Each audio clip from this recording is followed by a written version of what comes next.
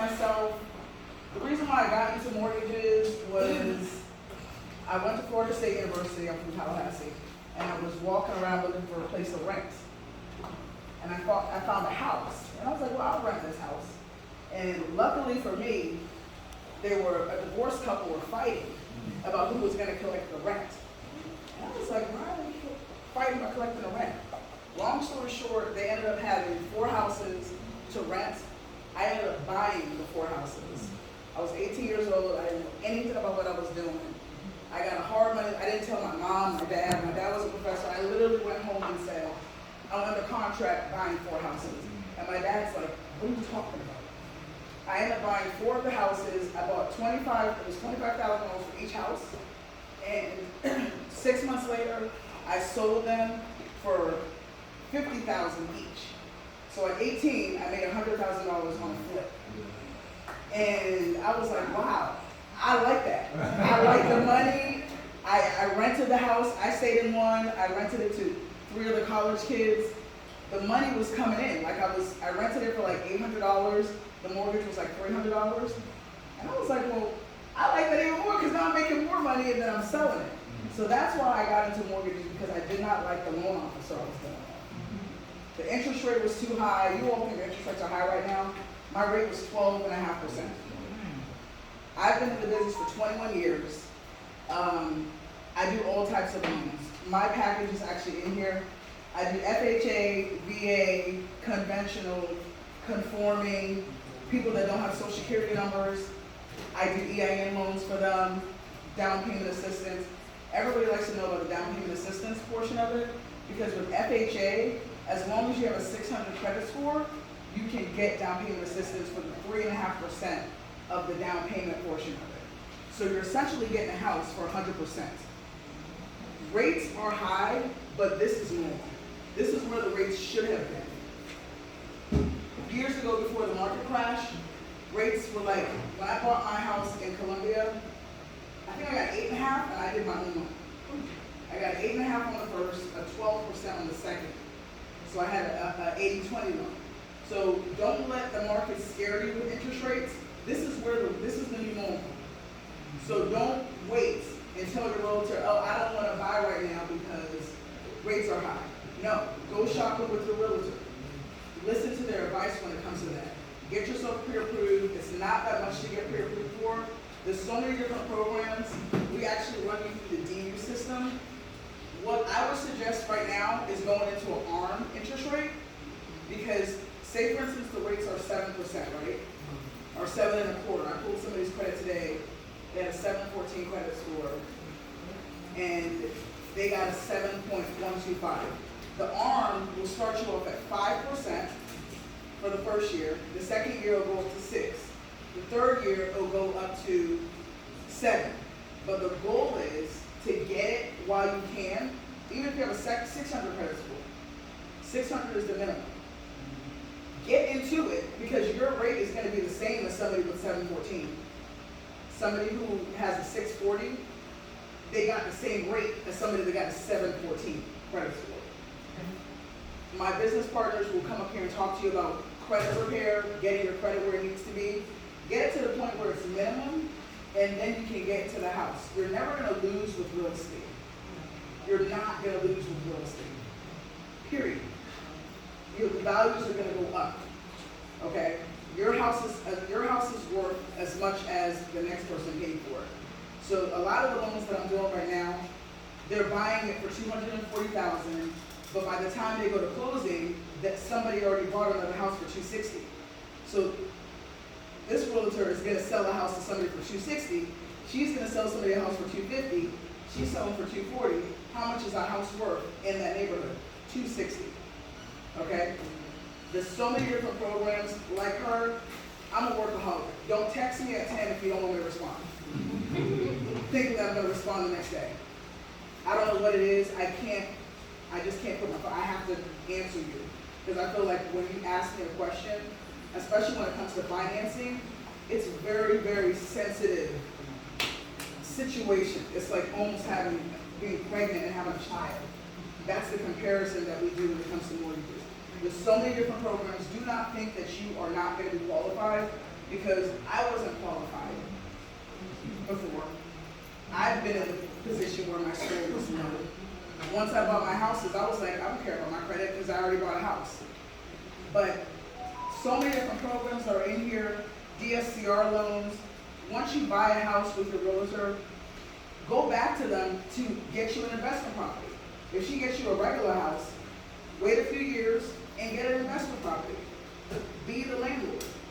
All of you are paying somebody's mortgage right now if you're renting. That's what you're doing. You're paying somebody's mortgage as a landlord and as a person that, the property I'm in right now is the sixth property I own. I appreciate my renters because they're paying my mortgage for me. But you need to get to the point where your children, you can pass the house down. My kids are gonna have my house. I also do real estate investment with my partnership that they're gonna tell you about. All my kids are gonna go on my investment properties. All of them. When I buy another house, I'm gonna put them on the deed, so when they start flipping, they have experience. So please take my information, call me anytime. There is no dumb question. I'd rather you ask me the question than to ask a family member or a friend who doesn't know what they're talking about and they discourage you. I will tell you, when you're buying a house, most of the people, I'm like her. I like to help people that have never bought a house before. Your family members are going to discourage you. You can't do it. Nobody can. How are you going to afford this and that? Don't listen to anybody. Just keep the course. It's going to be a process, but I want you to know that you can do it with the right team. You have to get a good realtor who can show you what you need to do. You have to get a good lender that's willing to deal with you. I've worked with Bank of America. I've worked with SunTrust. I worked with Capital One. I hated it. Because if you don't have a 680 credit score, we put it in the trash. Don't even call her. They tell you straight up, don't call her. Don't waste your time on people that don't have good credit, people that don't have $20,000, $30,000 in the bank. They teach you, don't worry about those people. I get my joy by helping people that normally wouldn't get, because I get more referrals. If I got you something that somebody else couldn't get you, are you going to send me your sister or your brother to do it for them? Most likely you will. I'm a very stern person when it comes to mortgages, but I'm doing it for your own good. A lot of people love me at the beginning. They love me through the middle. They sort of want to fight me in the middle portion of it because I keep asking you for stuff. W-2s, paycheck stubs, right? When you're doing your taxes, if you're self-employed, do not write everything off. Get on a payment plan with the IRS. If you are self-employed, you made $100,000, tell the government you made $100,000. Once you go into a payment plan with them, 3 payments that you make, you can get into a property, okay? So if you know any self-employed people, if you know anybody who has a business, anybody who is not really 100% have their social security numbers, but they have an EIN number, I can do the loan for them if they have down payments. So I will be here the whole time, but definitely if you can, everybody do me a favor, my information is in here and my phone number is in here. If everybody can text me and tell me that they came to the seminar, I'll give you $500 towards your appraisal when you go to buy the property, okay? And if you let me know that you're dealing with any of these agents, I'll also give you a discount on pricing, okay? So that's my thing. Oh yeah, Section 8. Section 8, very important. So anybody who's on Section 8, they have a program to help homeowners, right? And the information is in your pamphlet. You have a pamphlet in there for Section 8. Get on the list for home. Yeah, right there. Can I hold that up? This one right here. Get on the list for home ownership. The way that it's going to work, say for instance, your Section 8 is, your portion is $400, and Section 8 pays $900. I'll use that $900 towards your income.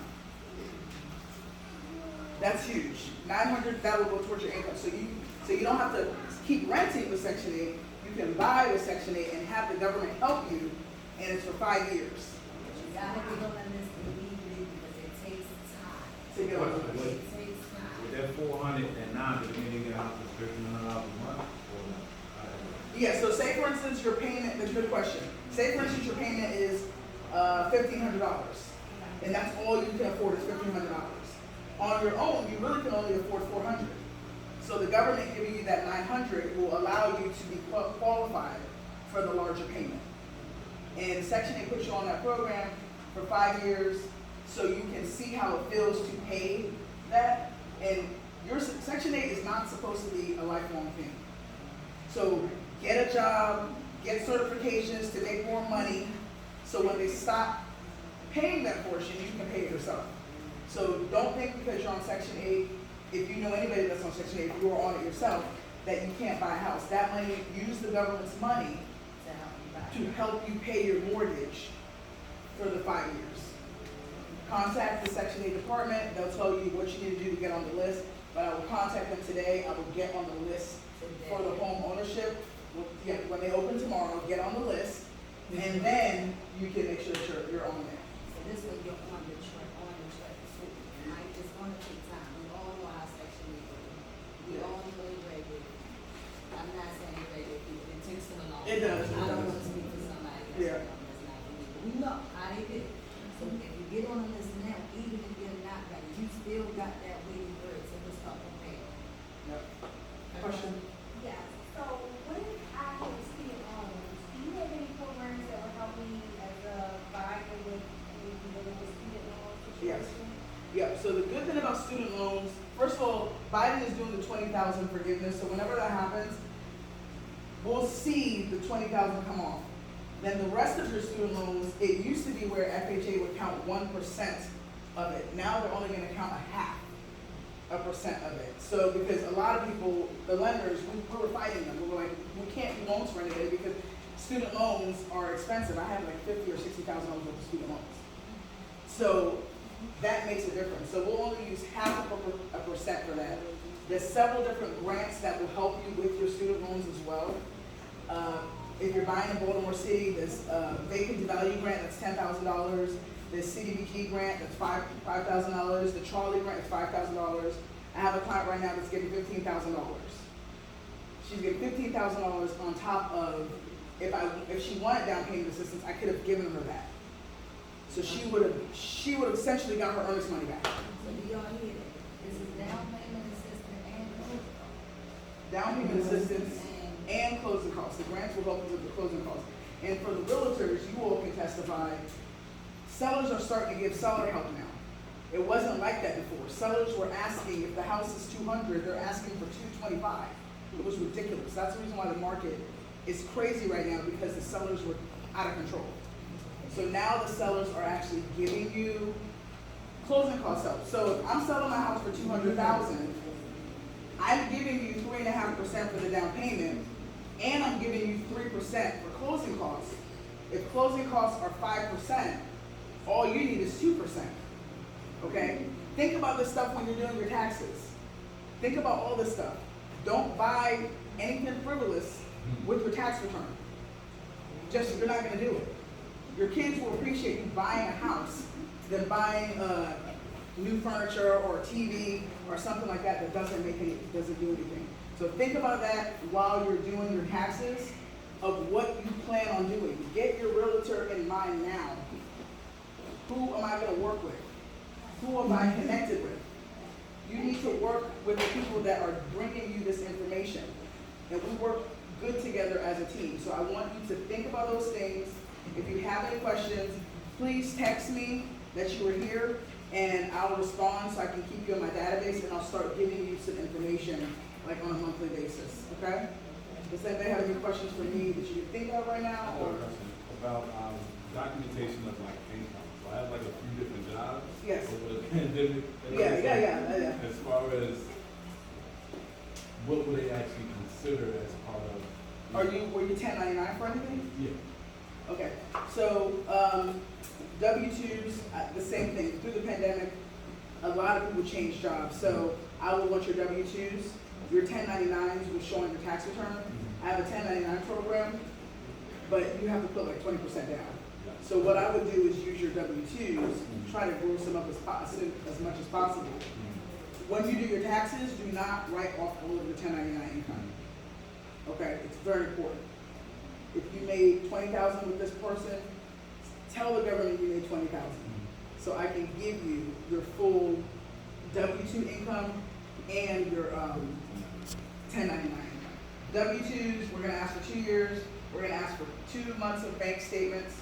We're gonna ask for 401k if you have it. We don't like to see big deposits. Like if somebody dumped $5,000 in your account, you're gonna have to tell me where you got that from. So think about that when you're doing stuff like that. A lot of people do side jobs, they do hair, this and that. They put it in the Cash App, whatever. Please, just do another account that I don't have to see. Because you're gonna get upset. Like, what is that $200? What is that $400? You're gonna have to explain it to me.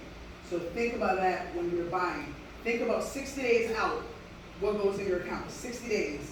I don't care what you did on the 61st day. Somebody could have put 100,000 in there. As long as I don't see the big deposit and I just see the balance, that's all. That's fine. So just think about that when you're doing your taxes. Think about that when you're doing your everything. When you're doing your deposits. Okay. So 600 score. We talked about arms. We talked about Section 8. We talked about commercial. I do commercial loans as well. Think about buying a bar, a hair salon, whatever. I do that as well. So anything that has to do with money and collateral, I do. Any other questions, or we're good? Okay, so I'll wait for you to send me your information and we'll go from there. Thank you. Thank you.